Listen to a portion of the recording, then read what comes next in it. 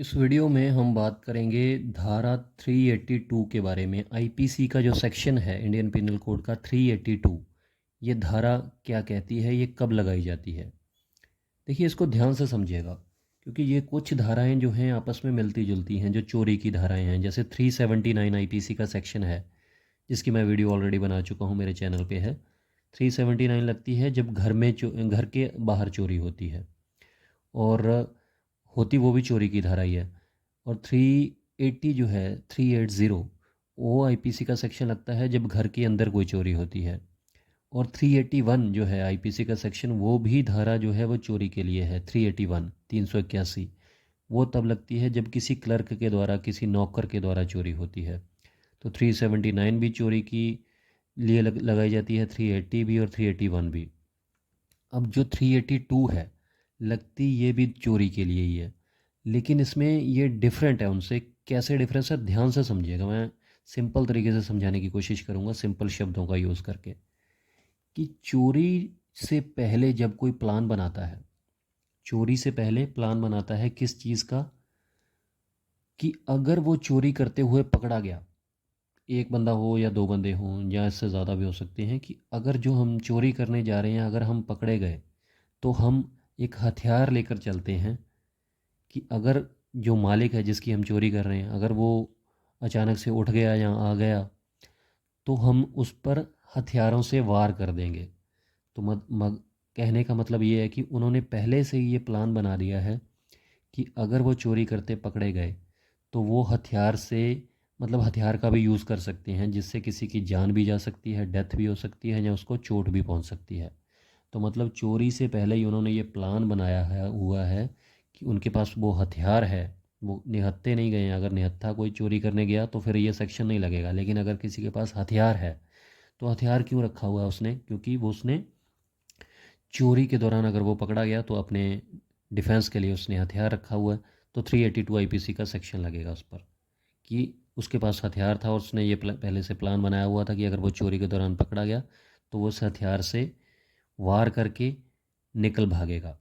तो जिससे किसी की जान भी जा सकती थी, जैसे उसके पास कोई तलवार है, चाकू है, लाठी है, या कोई और हथियार है, या फिर उसको चोट भी पहुंच सकती थी।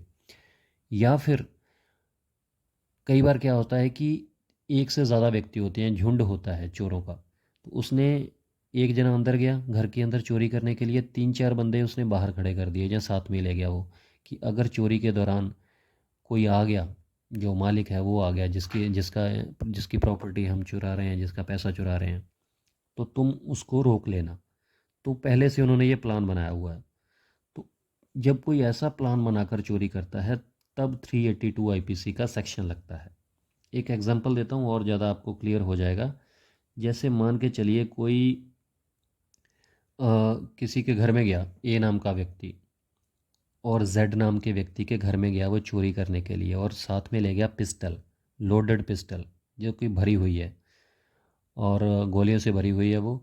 और जेड, उसने, जो ए नाम का व्यक्ति है जो चोर है, वो ये सोच के गया है, पिस्टल लेके इसलिए गया है, हालांकि चोरी करने गया है, लेकिन पिस्टल उसने लोडेड इसलिए रखी है कि अगर जेड नाम के व्यक्ति को रात में चोरी करने गया, कि अगर उसकी जाग खुल गई, उसने मुझे देख लिया या उसने मुझे पकड़ लिया, तो मैं उस पर गोली चला दूंगा। हालांकि उसने गोली चलाई नहीं, लेकिन अगर वो इस इरादे के साथ भी चला गया कि मैं इस पर गोली चला दूंगा, तो 382 आईपीसी का सेक्शन उस पर लग जाएगा।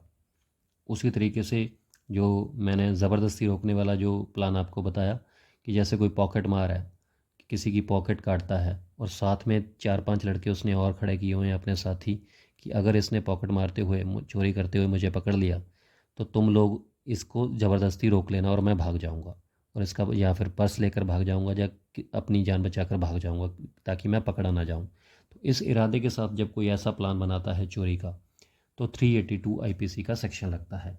तो इस तरीके से 382 तो आपको क्लियर हो गई। अब बात कर लेते हैं कि इसमें सज़ा कितनी मिलती है। पूरी प्रोसेस आपको बता देता हूँ। देखिए, ये काफ़ी सीरियस ऑफेंस है, तो इसमें 10 साल तक की सज़ा का प्रावधान है। मतलब 10 साल तक की जेल काटनी पड़ सकती है, 10 साल तक की कैद हो सकती है इसमें, और साथ में फ़ाइन भी लगता है, जुर्माना भी लगता है। और ये एक नॉन बेलेबल ऑफेंस है। नॉन बेलेबल मतलब गैर जमानती अपराध, जिसकी जमानत जो कि बेलेबल ऑफेंस होते हैं उनकी ज़मानत जो है वो पुलिस स्टेशन में हो जाती है, लेकिन जो नॉन बेलेबल होते हैं, जो गैर जमानती अपराध होते हैं, जो बेलेबल हैं वो जमानती अपराध, जो नॉन बेलेबल वो गैर जमानती अपराध। ये नॉन बेलेबल है, इसकी ज़मानत पुलिस स्टेशन में नहीं होगी, आपको जेल जाना पड़ेगा। उसके बाद बेल एप्लीकेशन लगाकर आप ज़मानत की एप्लीकेशन लगाकर बेल की गुहार कर सकती हैं कोर्ट के सामने। उसके बाद कोर्ट पे डिपेंड करता है, जज साहब पे डिपेंड करता है कि आपको बेल देनी है या नहीं देनी है और कब देनी है। और ये जो ट्रायल है, ये जहाँ पर मजिस्ट्रेट फर्स्ट क्लास मजिस्ट्रेट बैठते हैं, junior magistrate first class JMIC, तो उनकी अदालत में ये ट्रायल चलता है, JMIC की अदालत में, जिसको लोअर कोर्ट भी कह सकते हैं। और 10 साल की तक की इसमें सज़ा है और ये नॉन कंपाउंडेबल है, मतलब गैर समझौतावादी है, इसमें समझौता नहीं किया जा सकता। और कॉग्निजेबल ऑफेंस है, मतलब पुलिस बिना वारंट के इसमें गिरफ्तार कर लेती है आरोपी व्यक्ति को। तो ये जानकारी थी 382 IPC के सेक्शन के बारे में, धारा 382 के बारे में। उम्मीद करता हूँ क्लियर हो गया होगा। सिंपल तरीके से, सिंपल शब्दों का यूज़ करके मैंने आपको समझाने की कोशिश की है। फिर भी कोई कन्फ्यूजन रह गई हो या लॉ से रिलेटेड कोई और जानकारी चाहिए किसी और धारा के बारे में, कमेंट करके ज़रूर बताइएगा। और ये वीडियो अच्छी लगी तो लाइक ज़रूर कीजिएगा और शेयर कीजिएगा और चैनल सब्सक्राइब कर लीजिएगा। नेक्स्ट वीडियो में बात करेंगे इसी तरीके से किसी और धारा के बारे में, सिंपल तरीके से। शुक्रिया, धन्यवाद।